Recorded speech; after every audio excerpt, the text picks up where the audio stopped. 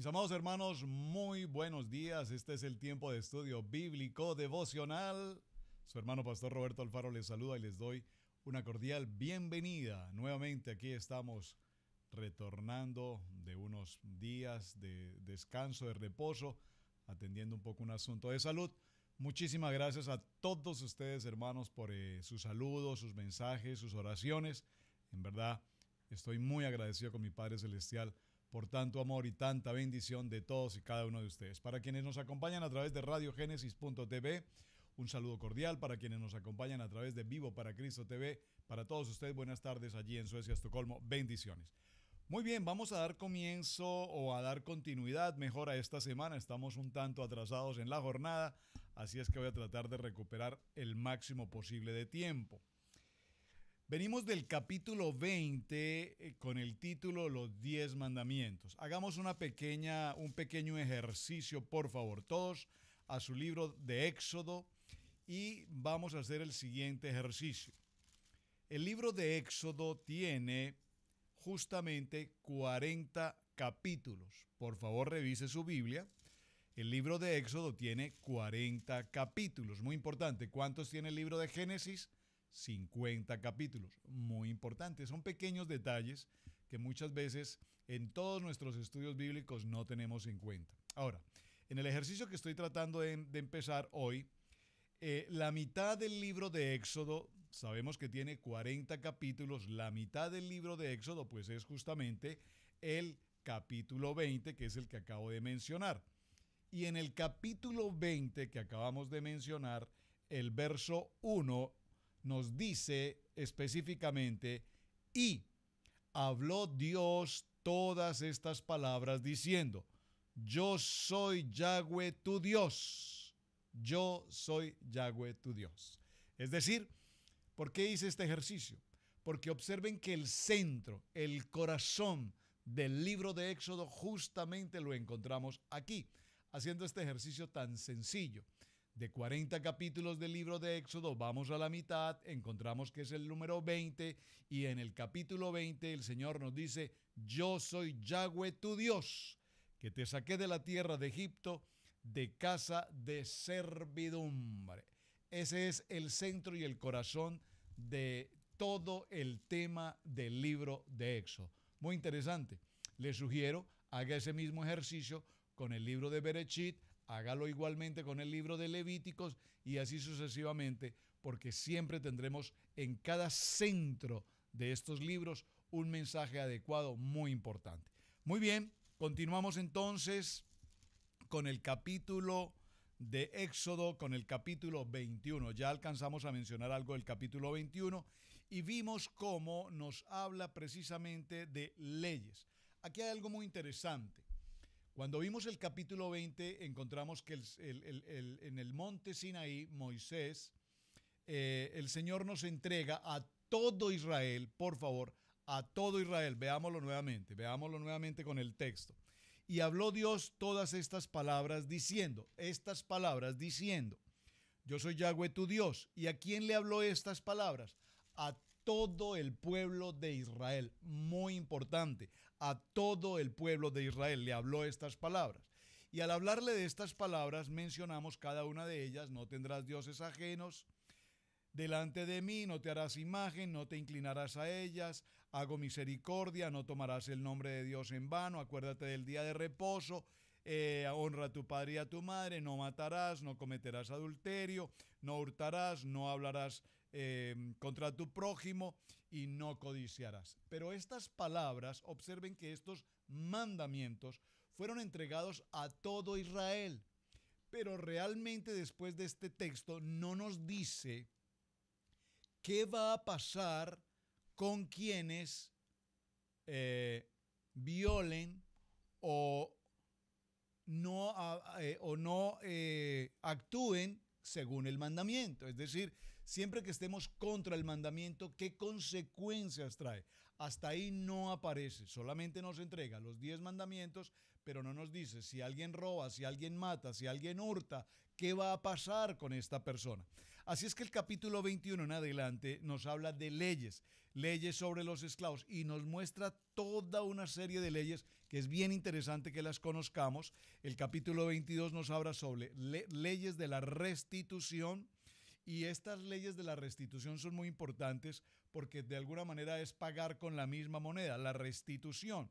Es muy importante que en todos estos textos del capítulo 21, el capítulo 22, leyes humanitarias en el verso 16, capítulo 22 y aún el capítulo 23, todos estos textos nos hablan de la importancia de las leyes.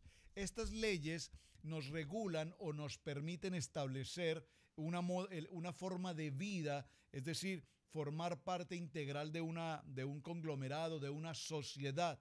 Es decir, que nos va a determinar cómo actuar, cómo hacer, cómo manejar determinada situación. Entonces, todos estos textos no los voy a detener, no me voy a detener a explicarlos. Lastimosamente, repito, el tiempo nos avanzó por esta circunstancia, pero vamos a mencionar ligeramente algunos puntos interesantes. Del capítulo 21 en el verso 20 dice que Yahweh regula casos de violencia contra un esclavo, contra una mujer embarazada y contra un esclavo no hebreo.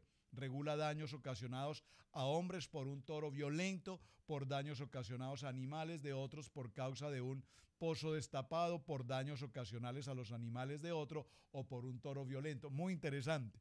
La Torá entonces aquí, mis amados, regula acerca de la restitución.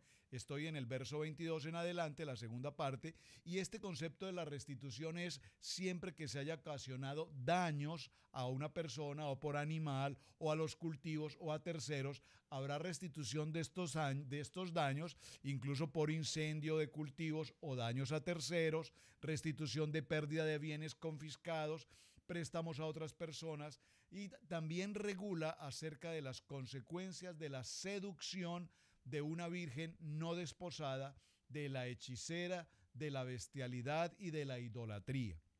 Al extranjero, a la viuda y al huérfano no se pueden maltratar. Está prohibido prestar dinero a los pobres con interés o tomar prenda de mano tomar prenda su manto por la noche, tomar el manto como calidad de préstamo, como calidad de prenda. Por lo tanto, nos habla de la usura. Todos estos términos que encontramos aquí en Éxodo en adelante, del capítulo 21 en adelante, nos van a hacer, repito, referencia a leyes. Leyes muy importantes, ¿por qué? Porque no las teníamos a este momento. Nos entregaron los 10 mandamientos, repito, pero a partir de ahora se va a estipular un número determinado de leyes que se deben considerar, se deben seguir, se deben establecer, se debe hablar de la justicia, porque todo el propósito de Dios, dígalo conmigo, es justicia, ser justo y ser justo en honestidad, ser justo en rectitud, ser justo siendo ecuánime. Recuerdo una frase muy interesante en latín que dice res non verba, dice hechos no palabras. Ahora dice otro, dura let sed la les, dura es la ley, pero es la ley. Es decir, la ley se debe cumplir y toda ley, todo hombre, toda mujer sujetos a esta ley, estamos sujetos a ser presentados ante un juez. El juez, por lo tanto, otras de las determinaciones que tienen estos capítulos de Éxodo 21 en adelante es la importancia de que el juez sea un juez, repito, recto, ecuánime, equilibrado, que el juez no permita que su balanza se incline. Cuando nos menciona la palabra inclinar, que un juez no incline su balanza, que un juez no incline su dictamen, que un juez no incline su sentencia, nos habla de que un juez no puede de ninguna manera permitir el soborno. Muy interesante. Sigamos mirando algunos aspectos importantes. Entonces, dice, no habrá abortos en la tierra, ni esterilidad, ni nadie morirá antes de tiempo. Este es otro punto muy interesante que vamos a encontrar aquí en estos textos de esta semana en el capítulo 21 en adelante. Entonces, estos temas que estamos estudiando nos encontramos que hay una palabra aquí muy interesante y que son las leyes de carácter social que rigen, por supuesto, a una sociedad. ¿A cuál sociedad? al pueblo de Israel. Recordemos que en varios de estos textos, particularmente en el capítulo 21,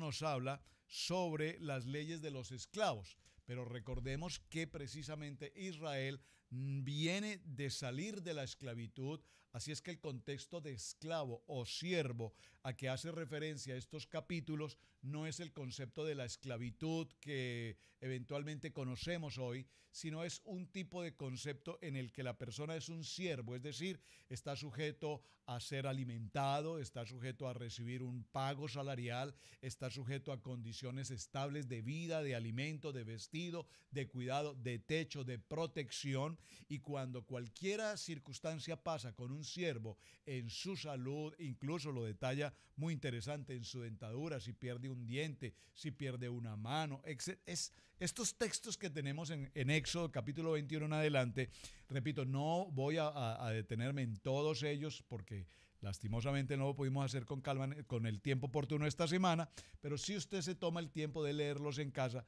verá lo interesante de todos estos textos.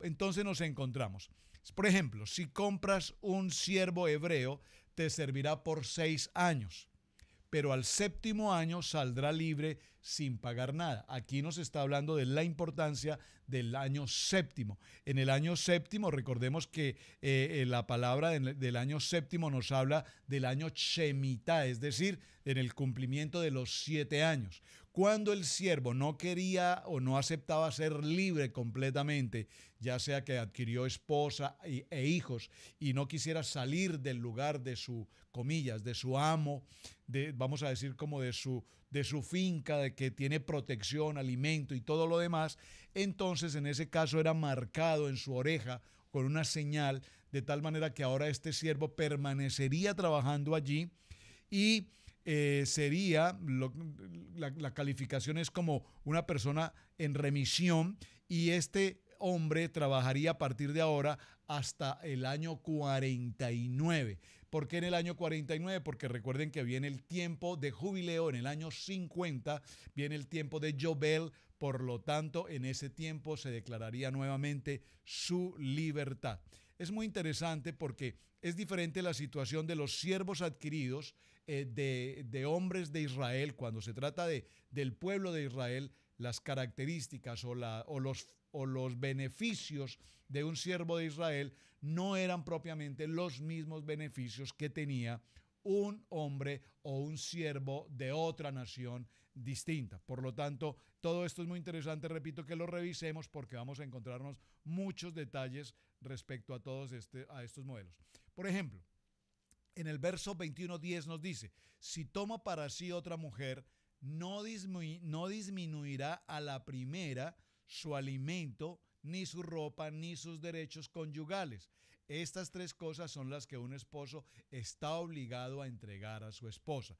Estoy en Éxodo 21:10. 21:11 dice, y si no hace por ella estas 3 cosas, ¿cuáles? Son, entonces, es el alimento, la ropa y los derechos conyugales. Qué interesante, ¿verdad?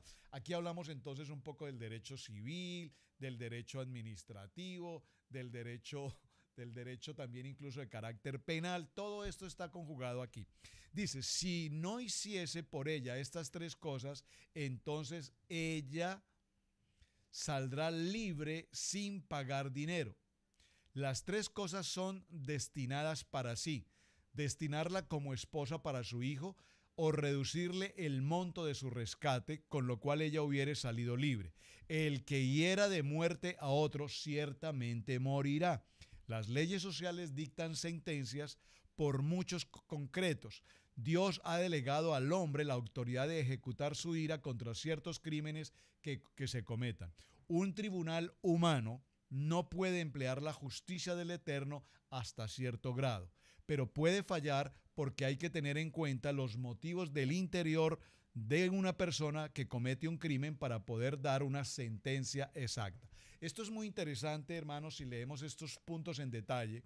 Es muy interesante porque nos vamos a encontrar, si hay una persona, un homicida, un criminal, vamos a decir, un homicida en serie, entonces la actitud, ¿cuál es la actitud legal y cuál es la actitud divina frente a una situación como esta. Veamos, es un hombre que ha sido homicida, se reconoce, ha sido identificado, se puede probar y establecer que ha sido un homicida en serie. Cientos de personas fueron asesinadas por esta persona.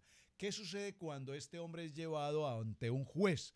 El juez, obrando en la condición de Dios, obra por misericordia, por bondad, por justicia. La pregunta es, ¿tiene este juez la autoridad de decretar la muerte a este homicida?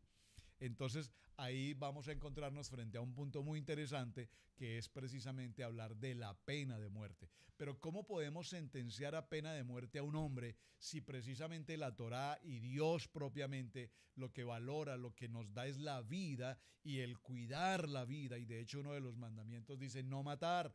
Por lo tanto, todos estos aspectos que vemos en el capítulo 21, 22 nos determinan cuáles son las acciones que debe tomar la justicia divina, pero también nos encontramos frente a la misericordia y nos encontramos frente a las decisiones que un juez deba tomar frente a estas circunstancias. En el libro de Proverbios, en el capítulo 16 y en el verso 12 está escrito, es abominación para los reyes cometer iniquidad, porque el trono se afianza en la justicia. Es decir, necesitamos hablar de equidad y necesitamos hablar de justicia. Obviamente hoy, en el siglo XXI, las leyes han evolucionado. Hoy se habla de pena de muerte en algunas naciones o en algunos estados. La pena de muerte es permitida. La eutanasia es permitida en algunos lugares, en algunos otros lugares es absolutamente prohibida, es decir, se convierte en un delito. El libro de Salmos, en el capítulo 9, en el verso 4, nos dice, te sientas en el trono juzgando con justicia. Es decir, que un juez, cuando está sentado en un trono, tiene que tener la absoluta claridad, certeza y transparencia en su corazón para obrar en justicia. ¿Conforme a qué? Conforme a unas leyes establecidas, pero que sin embargo no podemos olvidar las leyes y los principios fundamentales que Dios estableció. ¿Saben? Todos nuestros países están sujetos a un libro básico que se conoce con el nombre de la Constitución de cada país. La Constitución de cada país es eso, el espíritu de la ley. Es lo que determina cómo un Estado o una sociedad debe cubrir, proteger a quienes habitan en ella. La Constitución de los Estados Unidos de América reza en sus primeros textos que Dios bendice a esta nación. Entonces, si partimos del presupuesto que Dios es el principio, el fundamento de una constitución en la gran mayoría de nuestros países, la pregunta es, cuando tomamos determinaciones de ley en el derecho procesal, en el derecho penal, en el derecho civil, en el derecho canónico, en cualquier tipo de las leyes que estamos viendo aquí en el capítulo 21, capítulo 22, capítulo 23 de Éxodo, la pregunta es, ¿se están ejecutando las leyes conforme a la buena, perfecta y agradable voluntad de Dios o estamos aplicando las leyes conforme a las determinaciones de los hombres? Entonces, es muy importante esto, mis amados hermanos, porque veamos cómo en el libro de Deuteronomio, en el capítulo 32, verso 4, nos dice, la roca, su obra es perfecta, porque todos sus caminos son justos. Dios de fidelidad y sin justicia, justo y recto es Él. Por favor, léalo nuevamente. Libro de Deuteronomio, capítulo 32, verso 4. Nos dice, Dios es un Dios de fidelidad, es un Dios justo y es un Dios recto. Esto nos indica que quienes ejercen autoridad de juez deben tener la absoluta certeza y claridad en su corazón, repito, de obrar en absoluta justicia. En el libro de los Hebreos, en el capítulo 4 y en el verso 16, está escrito, por tanto, acerquémonos confiadamente al trono de la gracia para que recibamos misericordia y hallemos gracia para la ayuda oportuna. Cuando nosotros vamos a ese trono de la gracia, sabemos que nuestro Dios Todopoderoso tiene misericordia y hallamos gracia delante de Él porque Él es nuestra ayuda oportuna. En el libro de Isaías, en el capítulo 16 y en el verso 5, está escrito: se establecerá la misericordia en el trono, y en él se sentará con fidelidad en la tienda de David un juez que busque lo justo y esté presto a la justicia. En el trono de David siempre hablamos del concepto de justicia. Entonces, la bondad, mis amados hermanos, y la justicia, estos términos se emplean en primer lugar sobre los que se arrepienten de sus pecados y, por supuesto, como está escrito en el libro de Romanos, en el capítulo 2 y en el verso 4. En el libro de Romanos, en el capítulo 11 y en el verso 22. En el libro de Proverbios, capítulo 16, verso 2, está escrito, ya lo mencionamos: es abominación para los reyes cometer iniquidad, porque el trono se afianza en su justicia. Es decir, que cuando hablamos de autoridad de un trono, de un rey, de un líder, de un ministro, lo más importante siempre es que obremos con adecuada justicia y con absoluta equidad. En el libro de los Salmos, en el Salmo 119, verso 172, está escrito: que cante mi lengua de tu palabra, porque todos los mandamientos son justicia. Dígalo conmigo: justicia. Y tu justicia es eterna y tu justicia es la verdad. ¿Cuál es la verdad? Sabemos perfectamente todos, mis amados hermanos, dígalo conmigo: esta palabra es la verdad. Por eso la palabra nos dice: conoceréis la verdad y la verdad os hará libres. En el libro de Romanos, en el capítulo 2, verso 16, nos dice: en el día que según mi buena nueva, Dios juzgará los secretos de los hombres mediante el Mesías. Por medio del Mesías el mundo será juzgado con justicia, es decir, según las leyes justas que han sido establecidas en la palabra, en los mandamientos y en la Torá, como está escrito precisamente en el Salmo, en el capítulo 9, versos 7 y 8. Así es que todos estos textos, mis amados hermanos, todos los textos de los capítulos 21, 22, 23 en adelante, todos hacen referencia precisamente a la justicia, a las restitución cuando se presentan circunstancias, incidentes, cuando se toma el caso de una persona secuestrada, por ejemplo, de qué manera la persona secuestrada debe ser redimida, debe ser restituida. Es muy interesante. Capítulo 23, verso 1 nos dice, entre otros, estoy aquí salteando algunos textos bíblicos: no levantarás falso rumor, no te concertarás con el impío para ser testigo falso. Según la palabra, significa no aceptar un falso rumor.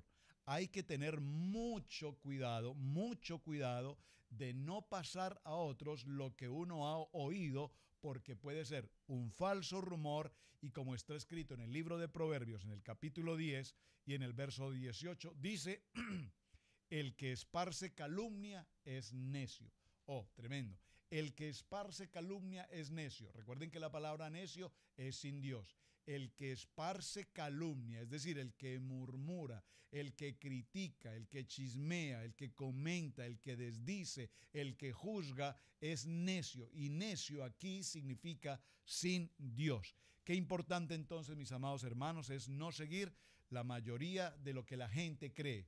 Cuando la gente dice y la gente opina y la gente critica y la gente murmura, una de las recomendaciones es que no nos fiemos de seguir lo que la gente dice. Usted recordará que alguien dice: el pueblo unido jamás será vencido. Y a veces nos sumamos a protestas pensando que si somos más fuerza hacemos más. Pero muchas veces las protestas no tienen ni un sentido auténtico ni una dirección correcta. Muchas veces son protestas totalmente inapropiadas, inadecuadas, inoportunas. Y cuando nosotros nos sumamos a este tipo de circunstancias, todo esto nos lo explica capítulo 21, capítulo 22, capítulo 23. Qué interesante, porque repito, ahora recibimos los 10 mandamientos, ahora necesitamos ajustar estos 10 mandamientos para saber qué va a suceder si incurrimos en la falta de todos ellos. Veamos. Es muy importante, repito, no seguir a la multitud para hacer el mal, ni testificar en un pleito inclinándonos a la multitud para pervertir la justicia. De este versículo hay muchas interpretaciones entre los sabios de Israel para adoptarlo a nuestro sistema en el tiempo de hoy. Y estas interpretaciones no están siguiendo el nivel determinado realmente en la palabra, simplemente son interpretaciones. En el sentido literal, este versículo nos dice: no irás tras la mayoría para hacer el mal, y no responderás sobre un litigio sediento ante la mayoría para pervertir. Es lo que podríamos llamar en términos de hoy falsos testimonios, testigos comprados. Lastimosamente, nuestras naciones están llenas de este tipo de circunstancias, o testigos absolutamente falsos, o circunstancias que de una manera una persona afirma haber estado en un sitio, ser visual, testigo de algo, cuando realmente esto no es verdad. Por lo tanto, trae consecuencias todo esto. Ahora bien, en el capítulo 23, verso 12 nos dice, y este sí es bien importante: 6 días trabajarás, pero el séptimo día cesarás, para que descanse tu buey y tu asno, y para que el hijo de tu sierva, así como el extranjero, renueven fuerzas. Este es uno de los pocos textos realmente que muestran que el tiempo del Shabbat también fue creado para descansar y para recuperar fuerzas. El sentido principal entonces en este concepto de Shabbat es que debemos cesar las actividades y ser personas creativas, productivas y tener reposo. El tiempo del Shabbat lo vamos a tratar en otro momento con detenimiento, porque es muy importante. Mencionamos en el capítulo 20 en esta semana, y voy a cerrar aquí. Mencionamos en el capítulo 20 cuán importante es el verso 4. No te harás imagen ni ninguna semejanza de lo que está arriba en el cielo, ni abajo en la tierra, ni en las aguas debajo de la tierra. Y decíamos, nosotros somos libres de esta situación, es decir, este mandamiento ya logramos superarlo. ¿Por qué? Porque como cristianos entonces sencillamente nosotros no tenemos idolatría de piezas de madera, de barro, de metal, no tenemos imágenes. En ese sentido, como cristianos logramos superar y estamos dando cumplimiento efectivo a este mandamiento número 2. Pero si eso es así, te pregunto entonces ahora, como cristiano te pregunto, y el capítulo 20 de Éxodo, en el verso 8, que es el mandamiento 4, acuérdate del día de reposo para santificarlo. La pregunta es, ¿eres un buen cristiano? ¿Estás cumpliendo con los 10 mandamientos? Uno es que el 2 ya lo cumplimos, ya no tenemos imágenes. Ahora, te pregunto, ¿estás cumpliendo con el cuarto mandamiento en el verso 8 del capítulo 20? ¿Cuál es? Acuérdate del día de reposo para santificarlo. Recordemos que cuando hablamos de todas estas leyes que hemos estado mencionando, nos daremos cuenta que hoy en nuestro mundo actual estamos sujetos a leyes creadas y formuladas por hombres. Nuestros países están llenos de cientos de miles de normas, de leyes, de decretos y demás. Y atención, ¿por qué hago esta mención? Porque recordemos que para el año 321 fue un papa, Constantino, quien determinó una ley, y esa ley de hombre determinó que el tiempo de Shabbat ya no sería más el día sábado, sino que sería el día domingo.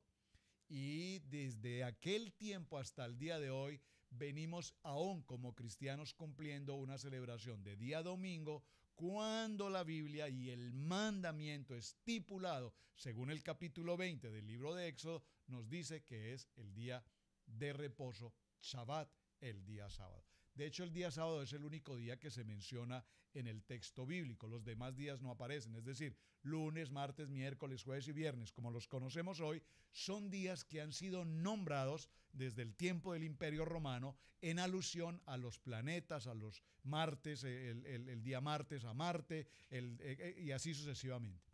Por lo tanto, el único día que se menciona bíblicamente es el día sábado como Shabbat. Los demás, usted notará, todos los textos bíblicos nos dicen primer día, segundo día, tercer día, cuarto día, y de igual manera los meses. Bien, mis amados hermanos, este ha sido el tiempo de estudio bíblico devocional. Recuerden amar la palabra, aprender la palabra y vivir la palabra. Su hermano, el pastor Roberto Alfaro, les saluda. Muchísimas gracias por sus mensajes, gracias por compartir el video y tarea, por favor, capítulo 21, 22 y 23, léalos en casa con detenimiento. Preparémonos para el cierre de esta semana en el capítulo 24, un tema maravilloso que, si el Señor así lo dispone, lo estaremos viendo justamente mañana. Preparados para el capítulo 24 porque allí hay tremendo propósito de Dios en esta palabra. Bendiciones, muy buen tiempo, muy buen día. Bendiciones para todos. Shalom.